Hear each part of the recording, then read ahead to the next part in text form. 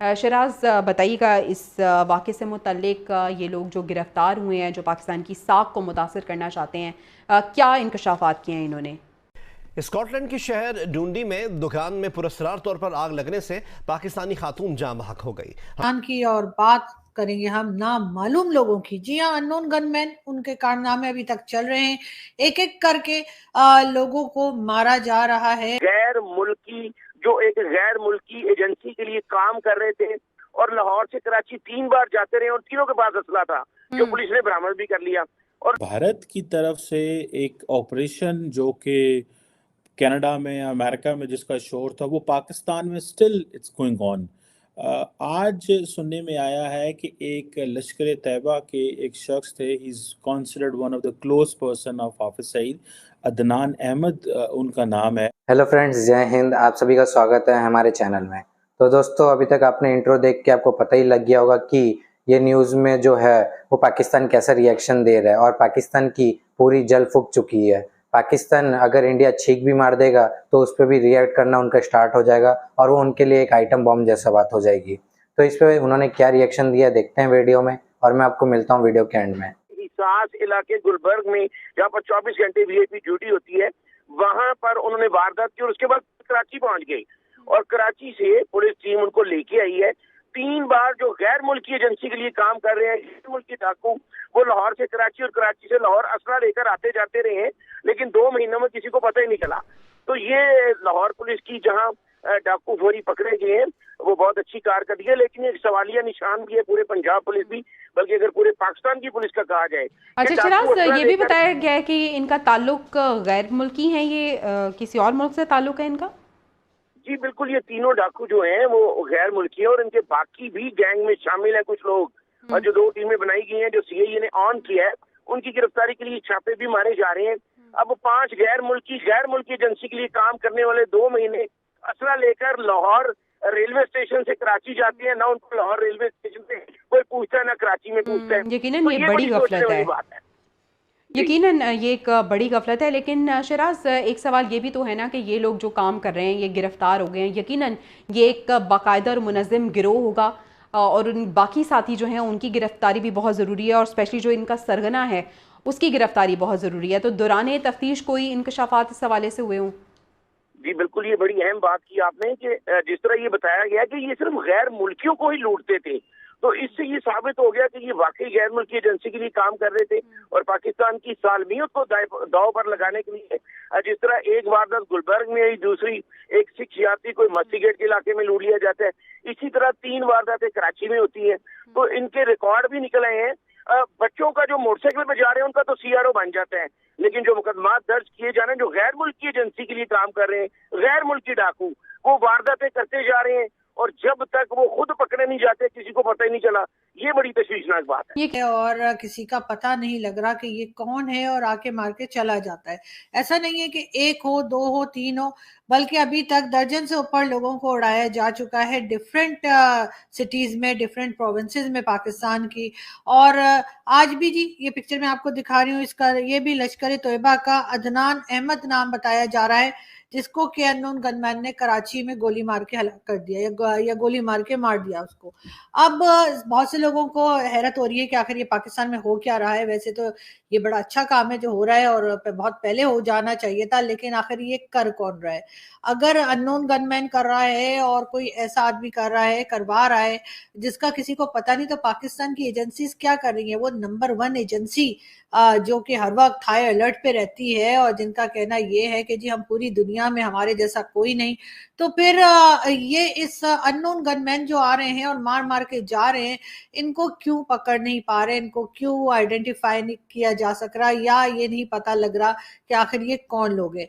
इससे आपको याद होगा कि काफी पहले भी जो है वो हिलरी क्लिंटन ने भी कहा था कि जी आप अपने बैकयार्ड में अगर सांप पालेंगे तो वो आपको ही डसेंगे। पाकिस्तान को ये कहा गया था अमेरिका की तरफ से, और आज लगता है कि पाकिस्तान को ये बात अब जाके समझ में आई है और उन्होंने अपना बैकयार्ड जो है उसको उसकी सफाई शुरू कर दी। और ना सिर्फ ये कि सफाई शुरू कर दी है, बल्कि पूरे जोरों शोर से कोई दिन ऐसा नहीं जाता जब इनमें से कोई ना कोई ऐसी खबर ना आए या चले बीच में हो। तो दोस्तों, आप देख ही रहे हैं कि पाकिस्तान मीडिया और वहाँ के लोग कैसे रिएक्ट कर रहे हैं।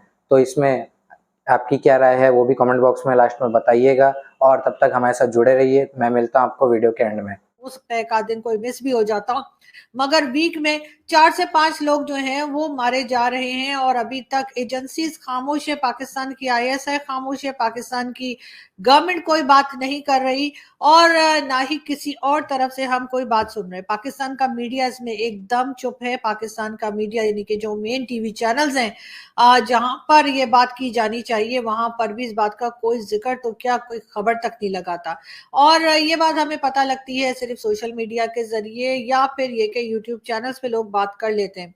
आखिर इतनी खामोशी किस बात की? आखिर टीवी चैनल्स पे इसके बारे में टॉक शोज क्यों नहीं हो रहे? आखिर लोग बात क्यों नहीं कर रहे? कोई पॉलिटिशियन उठ के बात नहीं कर रहा, कोई एजेंसी का आदमी बात नहीं कर रहा, कोई आर्मी ऑफिसर स्टेटमेंट नहीं दे रहा, और ना ही किसी किस्म का कोई हमने देखा कि कोई डिबेट हो रही हो या कोई टॉक शो हो रहा हो जिसमें ये बात की जाए कि आखिर ये सब चल क्या रहा है। यकीनन इसके पीछे अगर देखा जाए और समझा जाए या समझने की कोशिश की जाए तो मुझे जहां तक लगता है वो ये कि इसमें हमारी एजेंसी यानी कि पाकिस्तान की एजेंसी खुद ही इन्वॉल्व है। उनको कराची में जो है वो मार दिया गया है। This is what it has been reported by many people. Anyhow ये कहा जाता है कि इसका नाम हंजला अदनान था। मास्टरमाइंड कहते हैं इसको इंडियन मीडिया वाले, कि 2016 का जो अटैक हुआ था सीआरपीएफ कन्वॉय में, ये कैसे हो सकता है कि without presence of Indian apparatus in Pakistan, how is it possible? ये मुमकिन ही नहीं है। So it means कि वो apparatus जो अमेरिका में या कनाडा में हमने जिसका शोर सुना पूरी दुनिया में, वो पाकिस्तान के अंदर भी मौजूद है और वो apparatus अपना काम कर रहा है। They are not worried, they are doing it the way they want it. दूसरी जो एक इम्पॉर्टेंट डेवलपमेंट है विच आई रियली वांट कि आपसे शेयर की जाए, उस पर भी बहस करते हैं, वो है कि लोकसभा के अंदर जम्मू एंड कश्मीर के हवाले से बिल आए हैं for reservation and reorganisation. BJP के अमित शाह साहब जो हैं वो ये 2 बिल लेके आए हैं, Jammu and Kashmir reservation amendment bill 2023, जिसमें कहा जाता है कि रिजर्वेशन रखी जाएगी गवर्नमेंट पोस्ट एंड पोजीशंस की प्रोफेशनल इंस्टीट्यूशन में। सो रिजर्व कैटेगरी इस्टेब्लिश की जा रही है। सो इट मीन्स कि वहाँ के ये जैसे अगर अब पिछले 5.5 साल से ऑलमोस्ट ये जो है वो मरकज इसको कंट्रोल कर रहा है, दिल्ली कश्मीर को कंट्रोल कर रहा है। So it means that they want कि मजीद अपनी मर्जी के लोग लेके आया जाए रिजर्व कैटेगरीज में जो है, और साथ ही में कहा जा रहा है कि नंबर ऑफ सीट्स भी बढ़ाई जा रही हैं 83 से 90, यानी कि कुछ 7 सीट जो हैं वो बढ़ाई जा रही हैं। ये दोनों बिल जो Jammu and Kashmir reservation bill 2023 के नाम से आए हैं, ये गवर्नमेंट पोस्ट एंड पोजीशंस के हवाले से इस पे बहुत ज़्यादा शोर भी मचा है और जिसे कहते हैं कि लेकिन they will get it done. उन्होंने इसे पास करवा लेना है, किसी को अच्छा लगे या ना लगे। अब वो कहते हैं जी अच्छा, the point which basically Amit Shah साहब ने जिसका सहारा लिया, उन्होंने कहा जी कि ये कैसे हो सकता है कि एक झंडा हो, एक हेड हो, एक कॉन्स्टिट्यूशन हो और ये 2 मुल्क कैसे हो सकते हैं। So this is what they are trying to pitch.